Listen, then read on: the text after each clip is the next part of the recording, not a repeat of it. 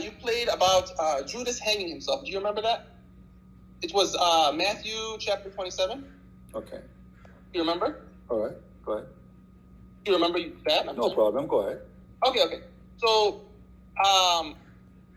so listening to what you were saying, and verse 9 of Matthew kind of struck me. It said, then what was spoken by Jeremiah, the prophet, was fulfilled. They took the 30 pieces of silver, the price set on him by the people of Israel, and they used them to buy the potter's field as the Lord commanded me. So you played that, and I'm wondering in my head, I was like, because I read the book of Jeremiah. Granted, I read it years ago, so my memory isn't that great with it, but where does the book of Jeremiah say that? So that's my question. Okay. So if this is not in the book of Jeremiah, that would be a false prophecy, right? No, I mean, is it? I mean, I now I've read it, but I've read Jeremiah maybe like 3 years ago, but I can remember that. Just a short clip. Each time I copy Christian Prince videos and post it on my channel, I see viewership skyrocket. I was like, wow, look at that.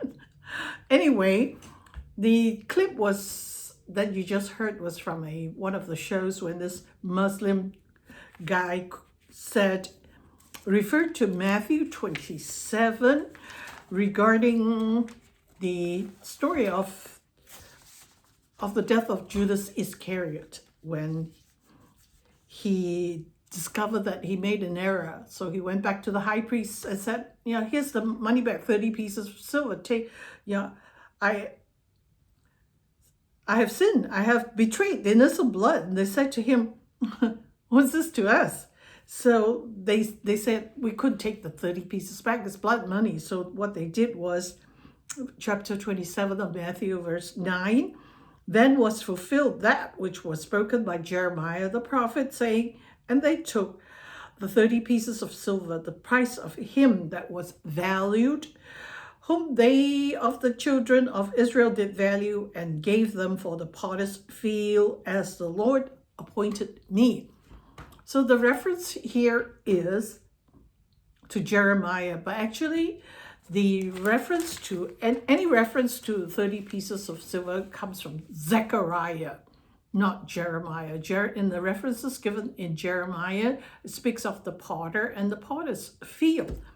So I went on YouTube, and one of the explanation was it's a mistranslation, a copyist error, especially true of KJV and NIV, because the Aramaic English Bible does not say that, it does not identify the prophet. I said, how can this error be? I wasn't happy. So I did some research. So in Zechariah 11:12, where this reference to 30 pieces of silver comes up, is actually a standard price.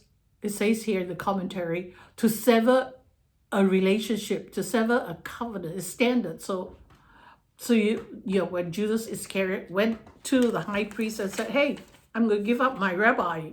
At that moment, he's just a rabbi, right? I've been following him. I'm going to give him up. So it's like, how much are you going to pay me? The standard price, 30 pieces of silver. See, that's where that comes in. So really and truly, I went and read all the references again and realized that, the focus is the potter's field, not so much the 30 pieces of silver. 30 pieces of silver is standard price. If you read the references given, and I lost it. Where is my references? 18. Okay, here it is. Jeremiah 18 verses 2 to 12, where Jeremiah was told by God to say, hey, arise, go to the potter's house. It's the potter's field, see? Because all these references, Jeremiah 18, 2 to 12 says to Jeremiah, go to the potter's house. And then 19, 1 to 13, again, go and get a potter's earthen bottle. See, here, I think he is to buy that land, right? For 17 shekels, I'm not sure. Then 32, chapter 32, verse 6 to 9. What does it say there? Okay, here it is, 6 to 9. Huh? Okay, 32 verses 6 to 9. Oh, wrong place.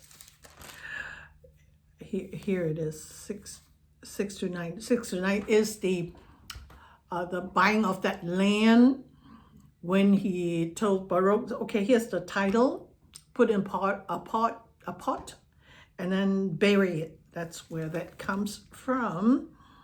And also 19 to 1 to 13 is also the potter's field. Go to the potter.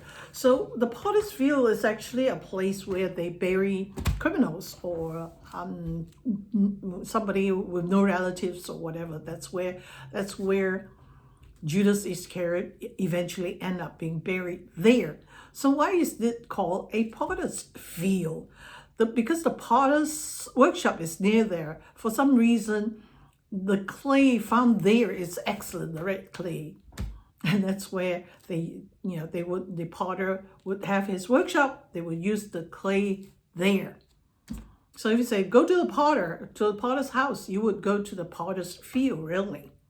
That's where, so the focus is on the potter's field rather than the 30 pieces of silver, which all my life, over 60 years, have been focused. I guess everybody else is the 30 pieces of silver. Yeah. Well, we took it for granted, even when it says as prophesied by Jeremiah, but it's not Jeremiah, it's Zachariah.